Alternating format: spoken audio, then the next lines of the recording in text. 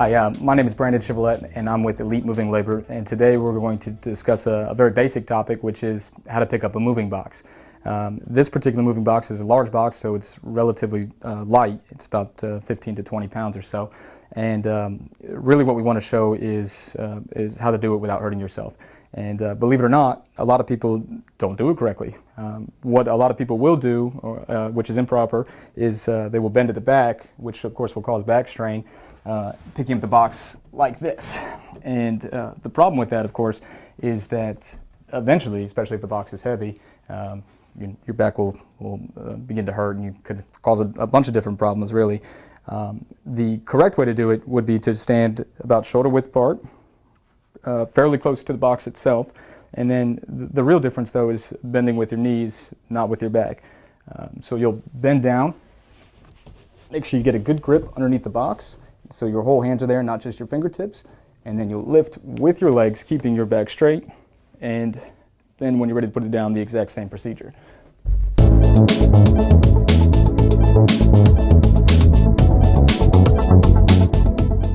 Small boxes are made for heavier items. They're easy to carry. Most importantly though, when filling up a small box, make sure you fill all the way to the top so that nothing gets crushed. As you can see, we filled this box all the way to the top. It's heavy, but it's completely full, giving it a nice seam. It's easy to carry, and it's ready to go.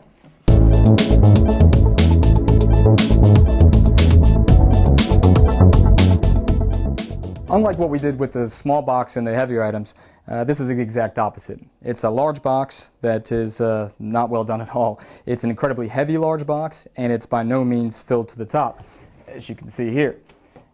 Now, this is not how it should be done at all, because number one, it can get crushed not being filled to the top, but more importantly, if you go to pick it up, it's off balance, very difficult to carry, and when you put it into the truck, it'd be likely to be crushed. Not only that, your movers probably won't be very happy. Speaking of being crushed, this is what happens if you don't fill your boxes the entire way. The structure breaks down, it's not strong enough to support whatever's sitting on top of it, and eventually, whether you're driving cross country or you're going to storage, this box will break down and whatever's inside will be crushed.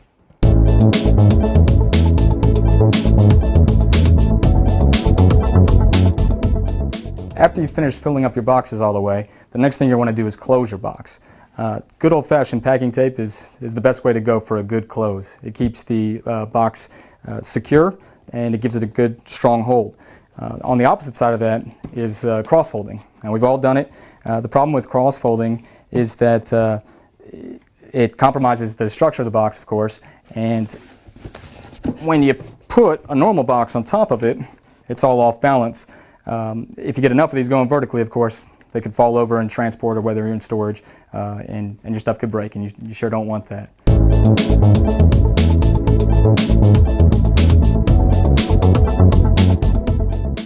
A very important moving tip that a lot of people don't cover is shrink wrap. Not just the shrink wrap itself, but the use of shrink wrap. A lot of people think that shrink wrap is necessary for pretty much everything in the home, but that's not really the case. The reality is that shrink wrap has two primary uses. The first one being that if you have furniture pads or paper pads or any sort of furniture protection, shrink wrap, of course, helps us keep those pads on place on the furniture item. The second use is if you have couches, chairs, really anything that's cloth. It allows us to keep that cloth intact without getting it dirty with with hands, sweat, any sort of water, whatever it may be. But those are the two primary uses and when shrink wrap should be used. The next and most important thing about shrink wrap is that this particular roll is a 20-inch roll, and this is a good roll. This is the kind of roll you want.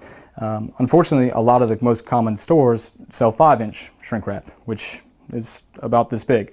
Now, if you can imagine us trying to wrap this particular item here with 5-inch shrink wrap, we're going to be going around in circles for quite some time. Whereas with this 20-inch roll, just a couple times around, and we'll have this thing done.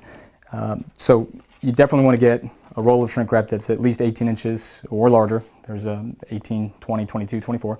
The last point I want to touch on with shrink wrap is that although my particular wrap has a green tint to it, it is not always the best choice if you have cloth. And the reason for that is that in high heat or humidity, if it has a green tint, it can actually stain into your furniture. So if you have light colored furniture, or cloth furniture I should say, make sure that you do get clear shrink wrap and not any sort of a green tint or a blue tint to it.